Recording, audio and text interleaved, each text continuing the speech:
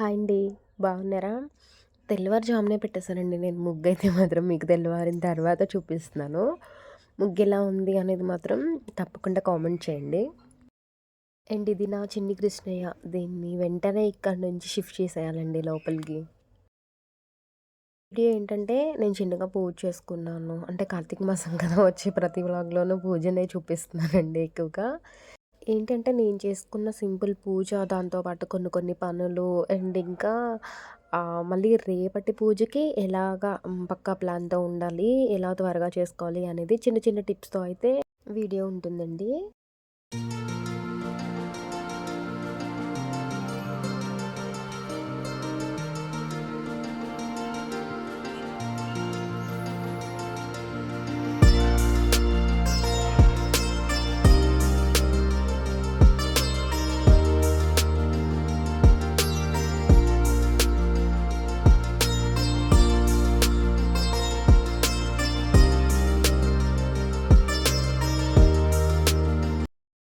పూజ అయితే ఇలా సింపుల్‌గా, నీట్‌గా చేసేసుకున్నాను. ఇంకా అంటే ఇంకా హారతి ఇవ్వలేదండి. దీపం పెట్టి ప్రసాదం, ఇంకా బొట్లు, పువ్వులు ఉంటాయి కదా! అలా అవి మాత్రం వేసి ధూప్ స్టిక్ ఒకటి పెట్టి మీకు చూపిస్తున్నాను. ఇంకా హారతి అదంతా కంప్లీట్ అయిపోయిన తర్వాత టిఫిన్ దగ్గరికొచ్చేసాననమాట. ఉల్లి దోస అలా వేద్దామని చెప్పి ఇలా వేస్తున్నానండి. ఉల్లిపాయలు, పచ్చిమిరపకాయలు కొన్ని కోసి, కొత్తిమీర చిన్న చిన్న ముక్కలుగా కోసేసాను. దాంతో పాటు కరివేపాకు కూడా కట్ చేశానండి. కొంచెం జీలకర్ర అలా ఇలా మొత్తం కలిపేసుకొని వేస్తున్నాను.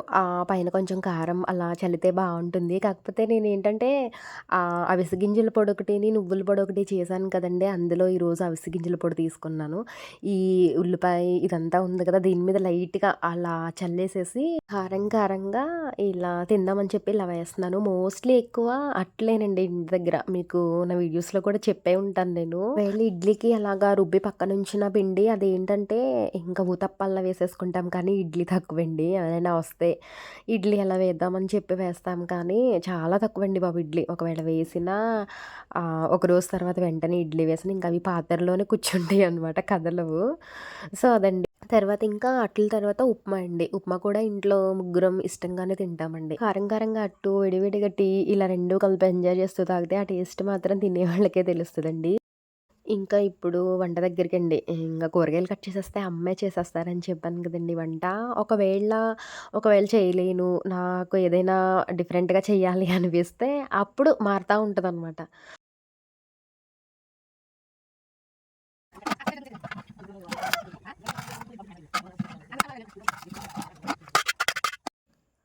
ఇంకా దాంతో పాటు కాకరకాయ ఫ్రై ఒకటి చేద్దామని కాకరకాయని కూడా కోస్తున్నానండి నేను. కాకరకాయని నేను కోసినప్పుడు ఏంటంటే పైన బరకగా అలా ఉంటది కదా! దాన్ని మొత్తం నేను సాఫ్ట్ చేసేసి అప్పుడు కోస్తానండి. చాలామందేంటంటే కాకరకాయ చేదు అని చెప్పేసి ఎక్కువ శాతం తినరండి. అలా ఏముండదు. బావుంటదండి అసలు. నేను ఫస్ట్‌లో తినేదాన్ని కాదు.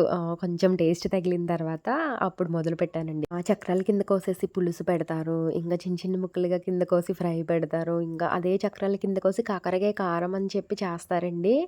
బావుంటదనమాట. మనం చేసే విధానంలో చేసుకుంటే చేదు అదేమి తెలియకుండా చాలా కమ్మగా ఉంటుందండి.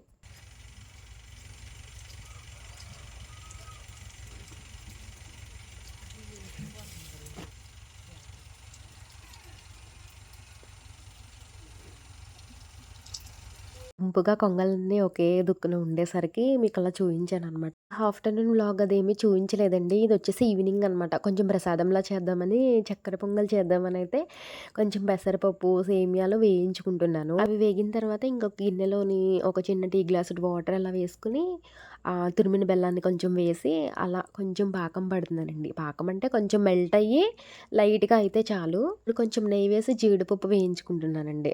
నేనొకసారి ఏంటంటే చక్కెర పొంగల్ నాకు అప్పుడసలు రాదనమాట. ఎక్కడో గుడిలో ప్రసాదం పెడితే తిని మాకు తెలిసిన బ్రాహ్మిన్స్‌లోనే ఒక మామగారిని అడిగాను. ఎలా చేస్తారండి చక్కెర పొంగలంటే అత్తేసరన్నం ఉంటది కదండీ! పెసరపప్పు అన్నం ఉంటది కదమ్మా!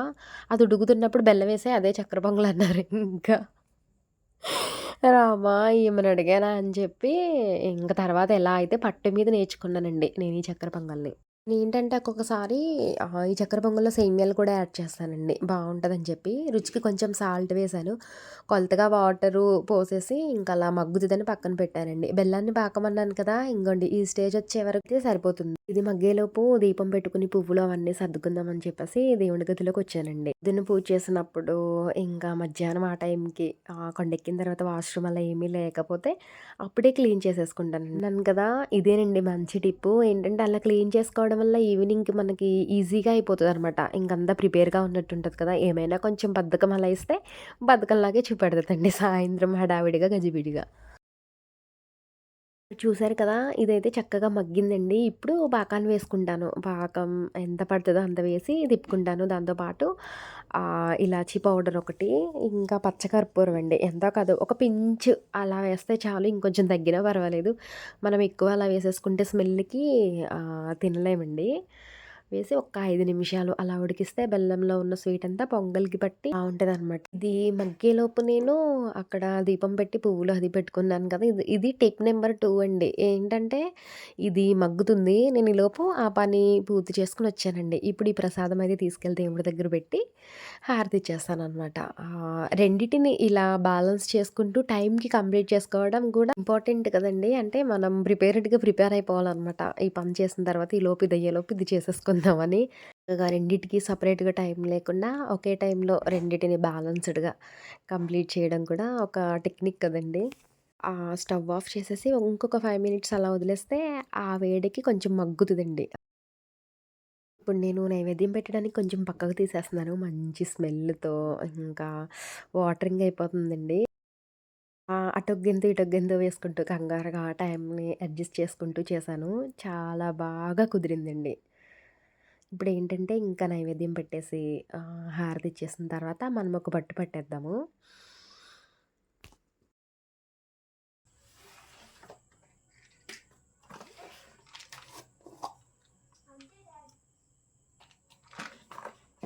మార్నింగ్ టైమ్ ఏంటంటే పువ్వులు అది ఉండడంతో కొంచెం నిండుగా కనిపించిందండి.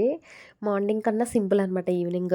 ఉన్న 4 పువ్వుల్ని దీపానికి కానీ, కృష్ణయ్యకి కానీ, గోమాతకి కానీ పెట్టి ఇలా మార్నింగ్ మీద ఈవినింగ్ ఇంకొంచెం సింపుల్‌గా ప్రశాంతంగా కంప్లీట్ అయింది. ఇంకొకటేంటంటే మార్నింగ్ కన్నా కూడా ఈవినింగ్ పూజ అనేది మైండ్‌కి కొంచెం రిలాక్సింగ్‌గా ఉండి బావుంటదండి.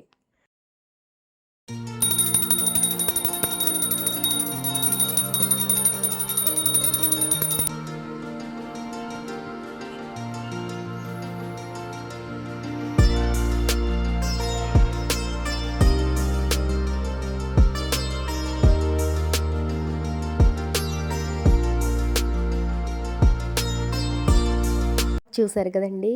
పువ్వులైతే మాత్రం చాలా తక్కువున్నాయండి. పింక్ కలర్ మందారం అయితే ఈరోజు 2 పూసాయండి. అవి ఈవినింగ్ ఎందుకు పెట్టానంటే అవి చలివల్ల అనుకుంటండి. ఆఫ్టర్‌నూన్‌కి ఇడిచి ఈవినింగ్‌కి కొంచెం అలా ఫ్రెష్‌గా ఉంటున్నాయండి. అదంతా అయిపోయిన తర్వాత నేను కూడా కొంచెం ప్రసాదం తినేసానండి. ఇప్పుడేంటంటే రేపు ఎర్లీ మార్నింగ్ పూజ కోసం నేనెలా సర్దుకుంటాననేది టిప్ నెంబర్ 3లో చెప్తున్నానండి మీకు. దేవుడికి పెట్టే దీపాల్లో అట్టిడప్పులు వాడతాం కదా! అవి కూడా ఇప్పుడే కట్ చేసేసుకుంటానండి నేను నైటు. ఇవేమో అరటిపళ్ళు అవి కూడా ప్లేట్‌లో ఒక పక్కన పెట్టేసుకుంటాను. ఇంకా వడపప్పు నానబెట్టుకోవాలి అది కూడా గ్లాస్‌లో వేసేసుకొని ఇదేంటంటే ఇప్పుడు నేను చక్కెర పొంగల్ చేశాను కదండీ!